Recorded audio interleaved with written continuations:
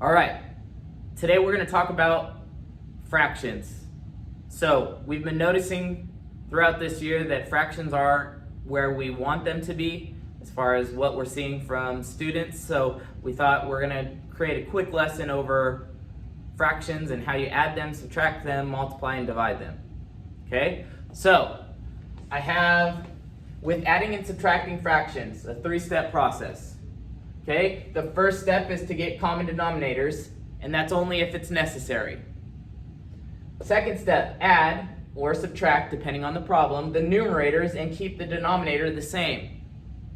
And then their third step, and you're going to see this throughout all the problems I do, that I'm going to reduce if possible. So let's look at the first example. We have 1/4 plus 3/4. So starting with step 1, do we need to get common denominators? So you look at the bottom numbers, that's a denominator, and they're both 4, so we don't need to do step 1. So step 2, add or subtract the numerators. Well, this says to add them, so I'm going to add straight across. So 1 plus 3 is 4, and I keep the denominator of 4.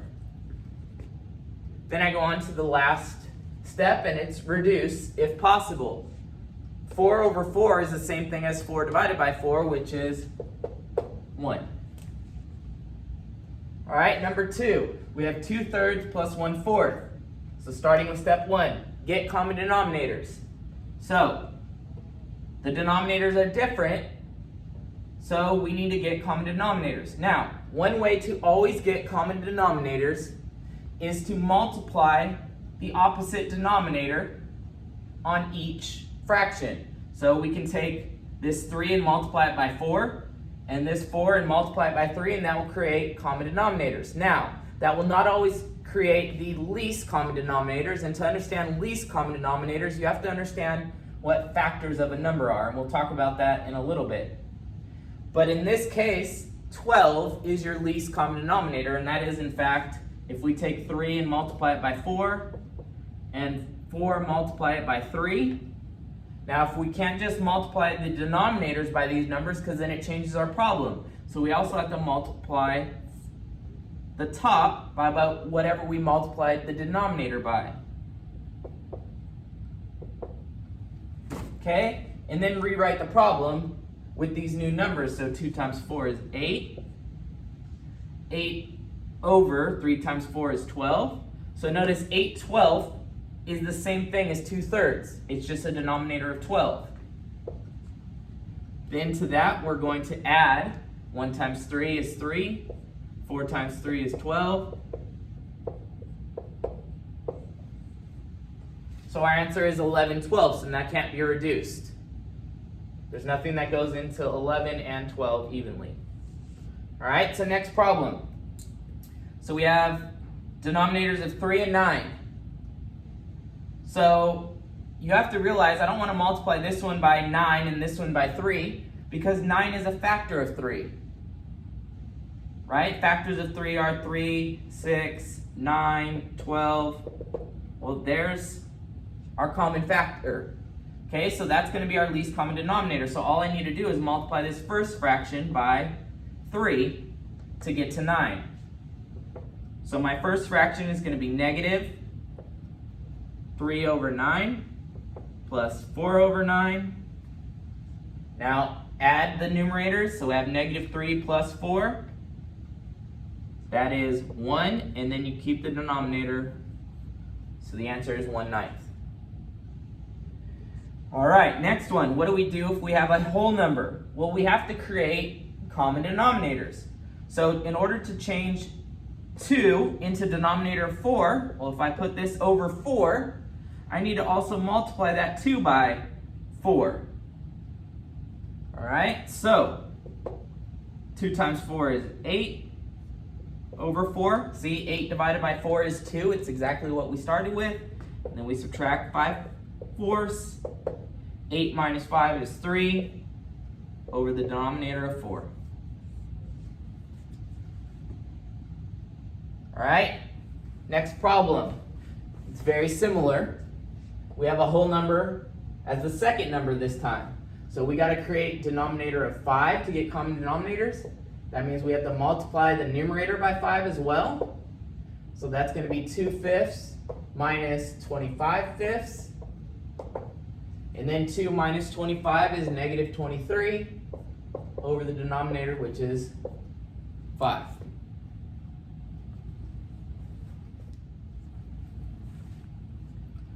So now let's look at some problems that deal with fractions and some algebraic expressions here. So the same rules apply. It's just like combining like terms. All right? So 1/2 x plus 1/3 x, they are like terms because they're both terms that involve x. So what we can do is follow our 3-step process, get common denominators. So we look at 2 and 3 and say, okay, the least common denominator is 6 between those. So I need to multiply this first fraction by 3, the second fraction by 2.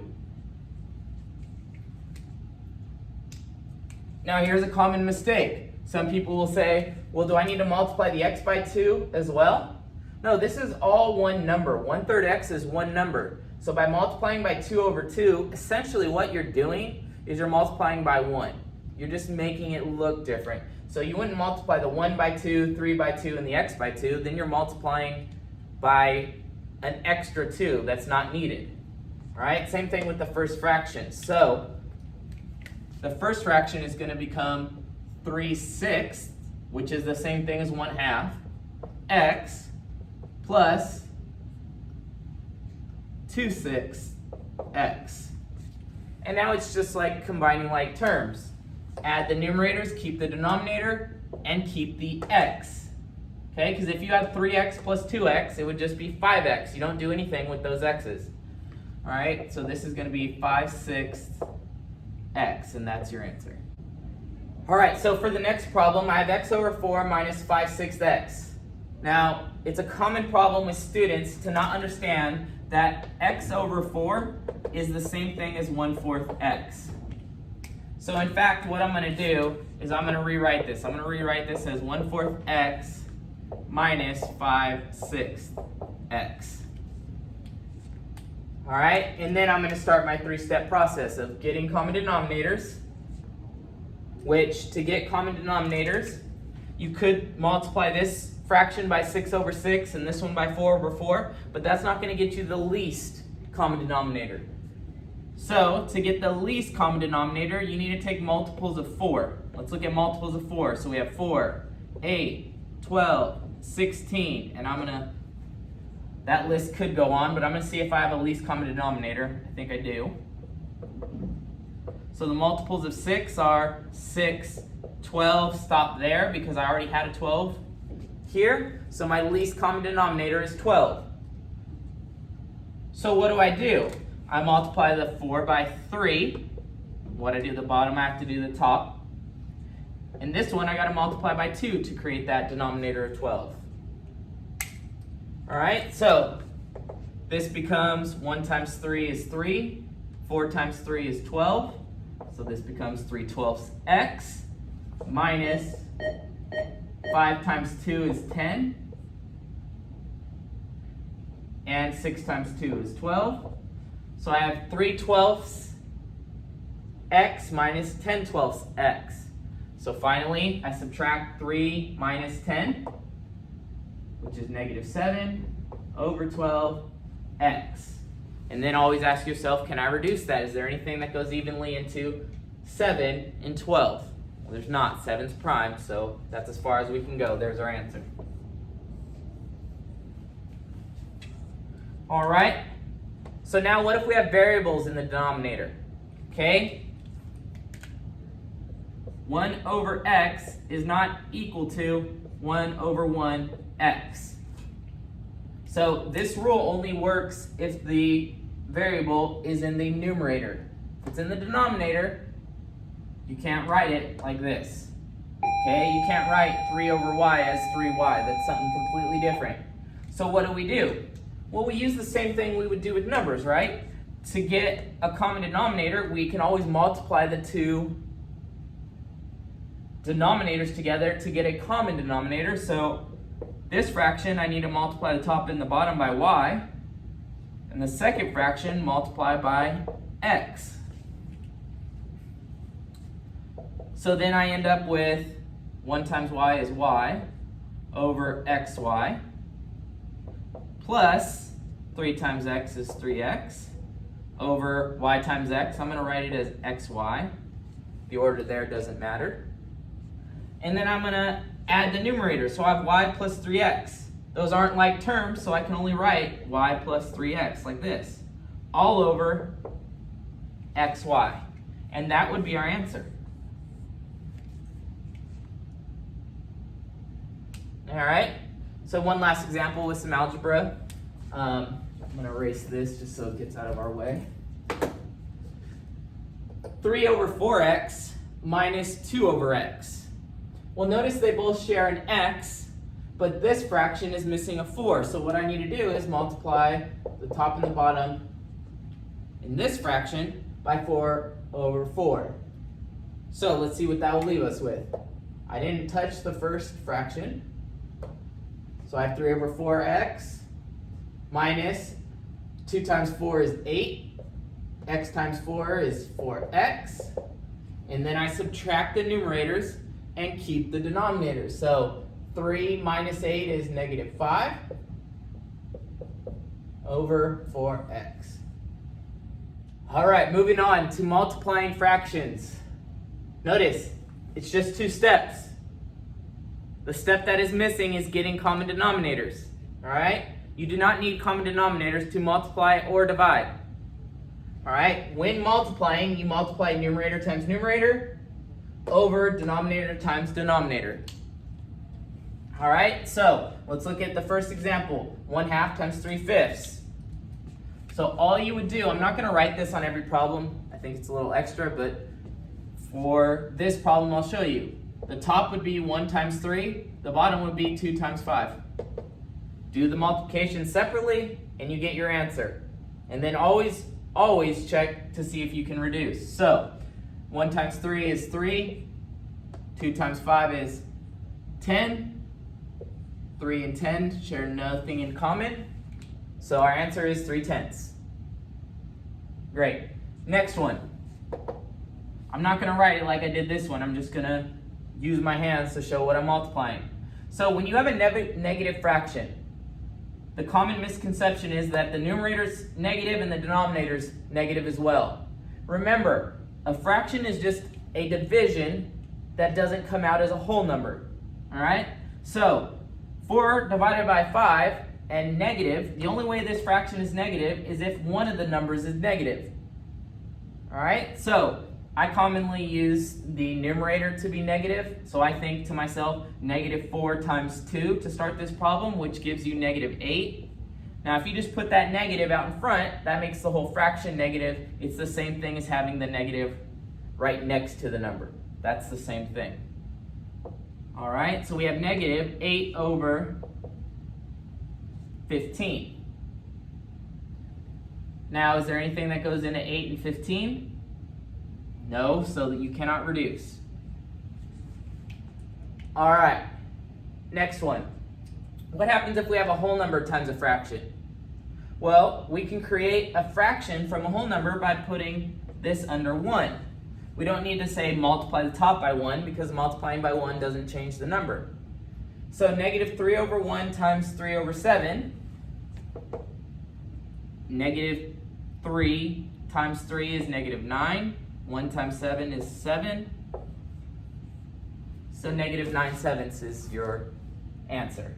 And that can't reduce. Okay. Let me change this problem up. Let's make this 4/5.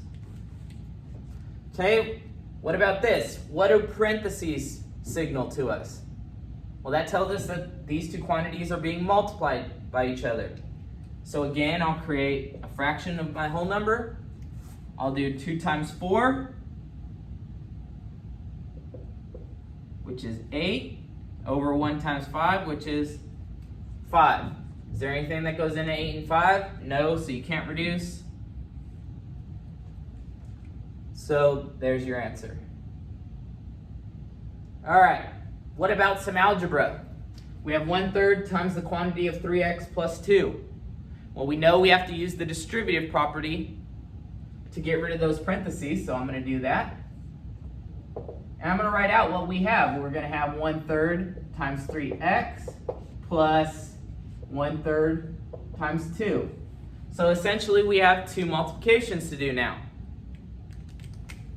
So I have 1/3 times 3x. I'm going to make that 3 a fraction by putting it over 1.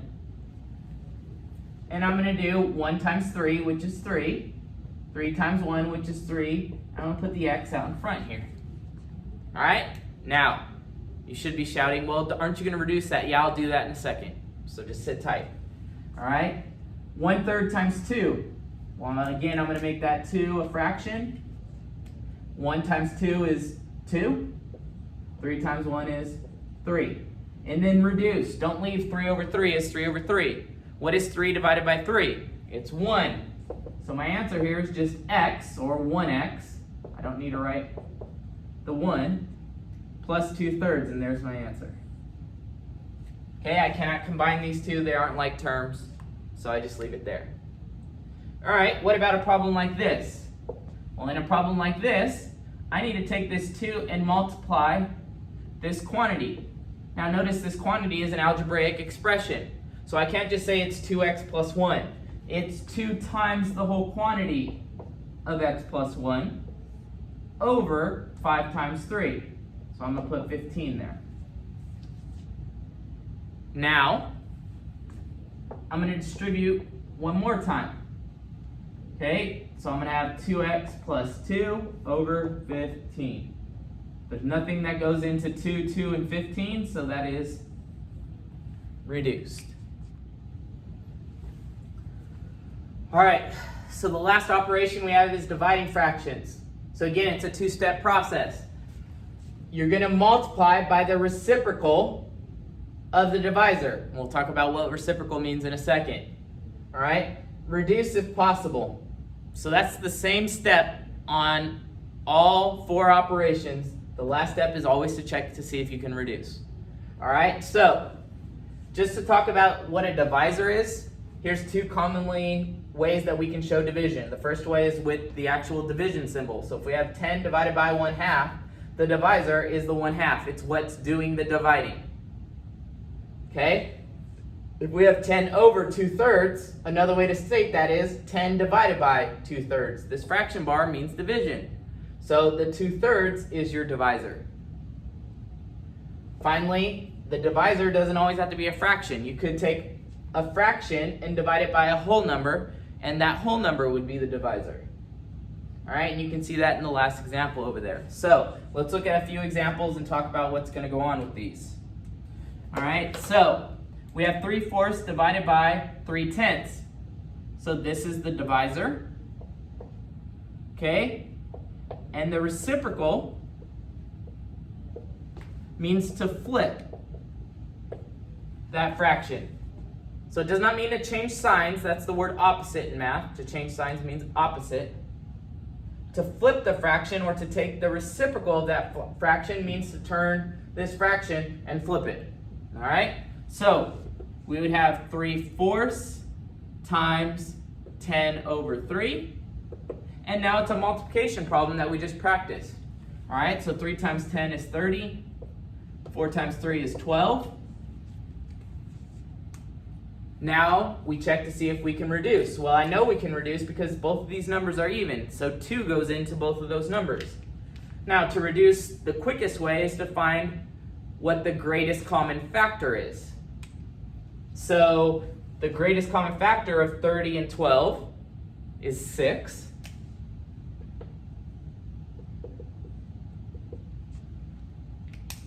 And 30 divided by 6 is 5. 12 divided by 6 is 2. So 5/2 is your answer there.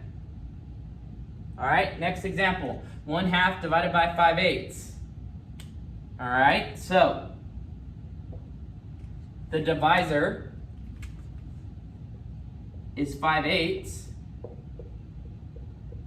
and the reciprocal of 5/8 is 8/5.